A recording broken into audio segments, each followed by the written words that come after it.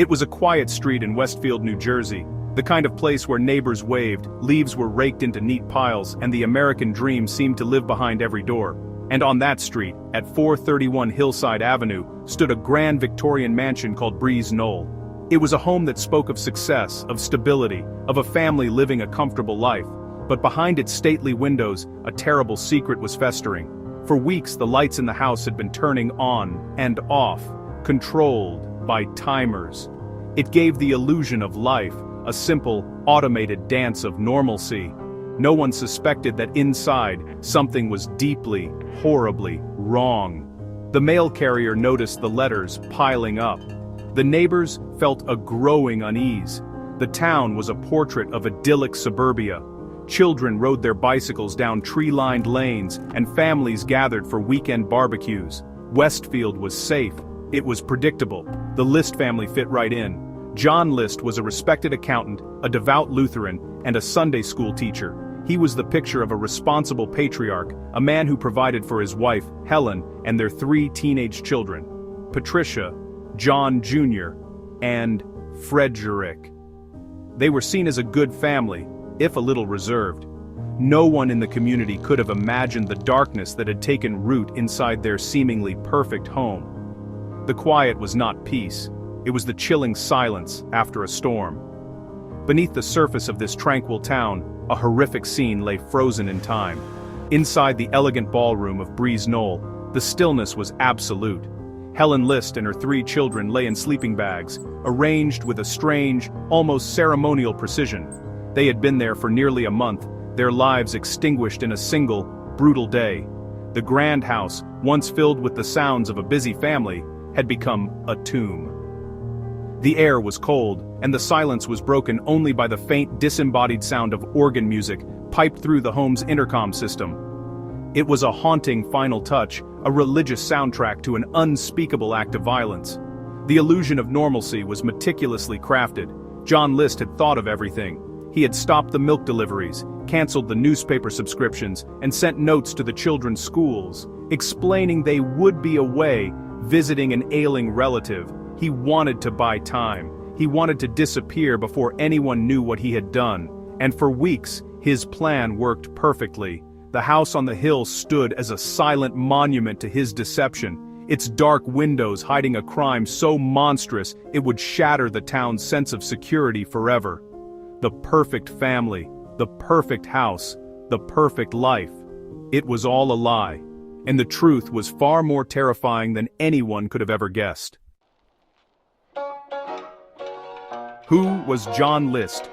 To the outside world, he was a pillar of his community, a man defined by discipline and faith. He had served in the army during World War II and the Korean War, rising to the rank of lieutenant colonel. He was a man of routine, of order. His life was built on a foundation of strict Lutheran beliefs, a faith he inherited from his German father. He didn't drink, he didn't smoke, and he expected his family to live by the same rigid moral code. He saw himself as the guardian of their souls, the patriarch responsible for leading them down a righteous path. But this rigid exterior hid a man crumbling under the weight of his own high expectations. His family life was not the perfect portrait he presented to the world. His wife, Helen, was suffering from the long-term effects of syphilis, which she had contracted from her first husband, and her health was in decline. She had also become an alcoholic, a reality that deeply offended John's teetotaling principles. His eldest daughter, Patricia, was a teenager with dreams of becoming an actress, an ambition he viewed as worldly and sinful. He worried constantly that his family was straying from the path of God, and he felt a profound sense of failure. His control was slipping, and the perfect family he had tried to build was falling apart in ways he couldn't fix. The pressure wasn't just at home. Professionally, John List was a failure, though he went to great lengths to conceal it. He had lost a high-paying accounting job and was struggling to hold down a series of lesser positions. To maintain the illusion of success, he continued his daily routine. Every morning he would put on his suit, pick up his briefcase, and leave the house as if heading to the office. But instead of going to work, he would spend his days at the train station, reading newspapers, and killing time until it was late enough to return home. He was a man living a double life, trapped in a web of his own making. The financial strain was immense. He had taken out a second mortgage on the grand house and was quietly siphoning money from his elderly mother's bank account to keep his family afloat.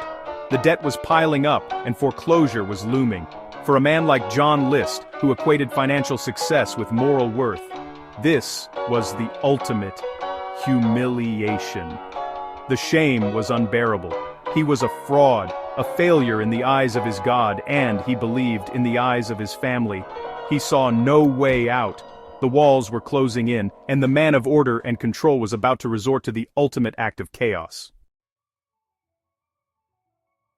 As his world unraveled, a dark and twisted idea began to form in John List's mind. He became convinced that his family was facing something far worse than poverty. He believed they were facing spiritual damnation. In his warped logic, allowing them to fall into poverty would expose them to sin and temptation, leading them away from God. He saw only one way to protect them, one way to save their souls from the corruption of a fallen world. He decided he had to send them to heaven, and he believed he was the only one who could do it. It was, in his mind, an act of mercy, a final, desperate act of a loving father and husband. The planning began with the same methodical detail he had once applied to accounting ledgers. This was not a crime of passion, it was a carefully orchestrated execution. He chose the date, November 9th, 1971. He waited until his children were at school, then he began his grim work. He started with his wife, Helen. He shot her in the back of the head as she was drinking her morning coffee. Then he went upstairs to his mother's apartment on the 3rd floor. Alma List, 84 years old, was next. He shot her above the eye. He then dragged her body down to the ballroom, placing her alongside his wife. He moved through the day with chilling composure. After the first 2 murders, he made himself lunch. He went to the bank to close his and his mother's accounts. He even stopped at the post office to cancel the mail delivery. He was erasing his family, and himself, from existence. As the afternoon wore on, his children began to return home from school. First came 16-year-old Patricia, then 13-year-old Frederick. He met each of them at the door and shot them one by one. The killings were quick, efficient, and silent. There was no struggle, no screams. They trusted their father completely right up until the very end. The last to arrive was his son, 15-year-old John Jr., who had been at a soccer game. List waited for him, and when he walked through the door, he shot him multiple times. His grim task was now complete. He had saved his entire family.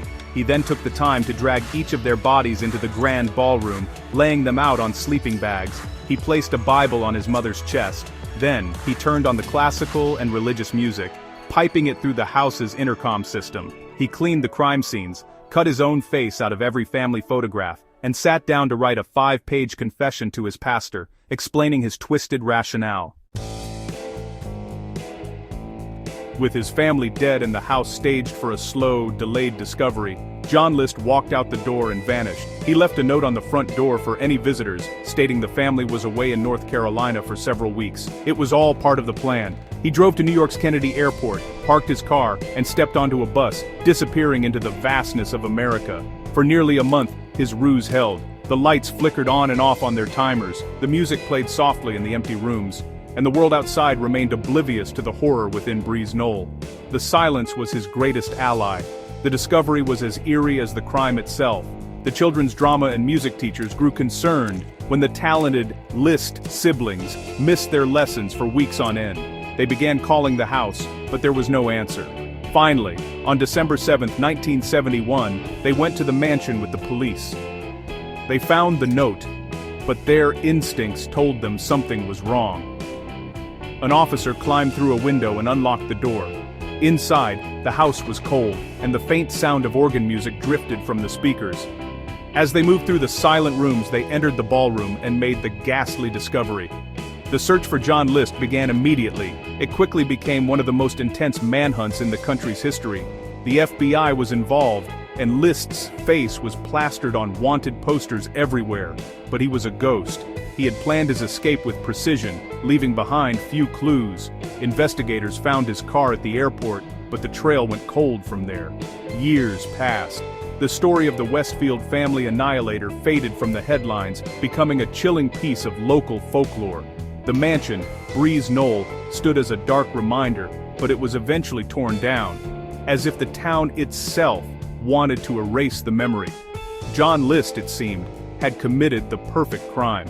While the nation searched for a monster, a quiet, unassuming man named Robert Clark was building a new life in Denver, Colorado.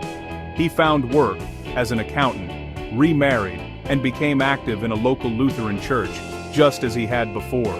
He was, by all accounts, a model citizen, a friendly, bespectacled man who kept to himself. No one in his new life had any idea that Bob Clark was actually John List, one of America's most wanted fugitives. For 18 years, he lived in plain sight, a killer hiding behind a mask of absolute normalcy. He had successfully erased his past and become someone else entirely.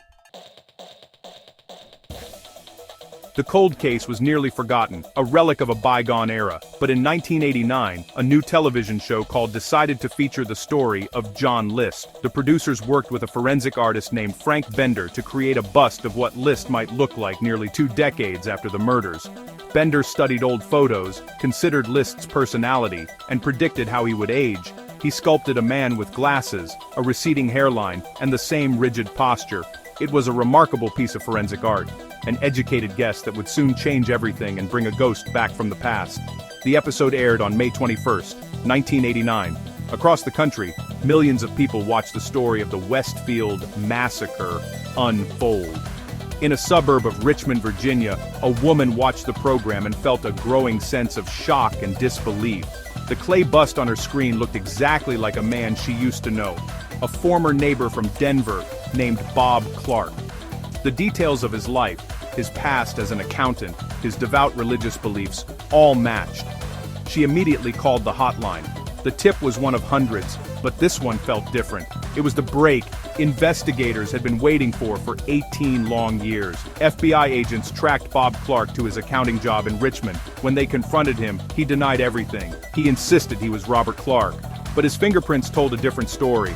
They were a perfect match for the military records of John List. After nearly 2 decades on the run, the quiet man who had slaughtered his family was finally in custody. His new life, built on a foundation of lies, had crumbled in an instant. The ghost who had haunted Westfield for so long was finally caught, not by a brilliant detective, but by a television show and the keen eye of a former neighbor. The trial that followed was a sensation. John List never wavered from his story. He calmly explained that he had killed his family to save their souls. He showed no remorse, no emotion, only a chilling certainty that he had done the right thing. He was found guilty of 5 counts of first-degree murder and sentenced to 5 consecutive life terms. John List died in prison in 2008, an old man still convinced of his own righteousness. His case remains a terrifying reminder that the most monstrous evil can hide behind the most ordinary face. It's the quiet neighbor, the devout churchgoer, the respectable family man. And that is the most chilling thought of all.